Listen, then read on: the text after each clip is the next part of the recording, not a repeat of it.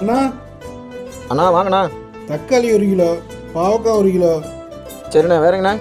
கத்திரிக்காய் 1 கிலோ, அப்புறம் கீரை ஒரு 2 கட்டு போட்டுருங்க. மொத்தம் எவ்வளோண்ணா? 200ரூவாய்ங்கண்ணா. 200 என்ன இவ்வளோ விலை சொல்கிறீங்க? எல்லாமே நல்லா காய்ங்கண்ணா, நம்ம தோட்டத்தில் விளைஞ்சதுங்கண்ணா. விலைக்கே வாங்கிட்டு வர, தோட்டத்தில் விளைஞ்சது தானே. 50 ரூபா கம்மி பண்ணி கொடு. இல்லைங்கண்ணா, கட்டாதுங்கண்ணா. நீ சொல்கிற விலை பார்த்தா டிபார்ட்மெண்ட் ஸ்டோர்லேயே வாங்கிக்கலாமே. போயா அண்ணா ஒரு நிமிஷம் நில்லுங்கண்ணா. ஏண்ணா பெரிய பெரிய ஹோட்டலு டிபார்ட்மெண்ட் ஸ்டோரில் போனால் அவங்க சொன்ன விலைக்கு வாங்கிட்டு வரீங்க, அங்கெல்லாம் ஏன்னா பேரம் பேச மாட்டேறீங்க? அங்கே எல்லாம் பெரிய பெரிய ஆளுங்க வருவாங்க, அங்கே போய் பேரம் பேசினா ஏன் கவர்மெண்ட் வருது? ஓ, அப்போ இங்கே மட்டும் உங்கள் கௌரவம் எங்கண்ணா போச்சு? சரிண்ணா, தோட்டத்துலேருந்து விளைஞ்சது தானே, 50 ரூபா கம்மியாக கொடுங்கன்னு சொல்கிறீங்க.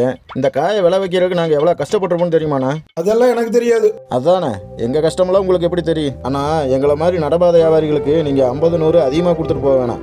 எங்களுக்கு கிடைக்கிற 5 10 இப்படி பேரம் பேசி குறைக்காதீங்கன்னு தான் சொல்கிறோம். எங்களுக்கு குடும்பம் இருக்குண்ணா.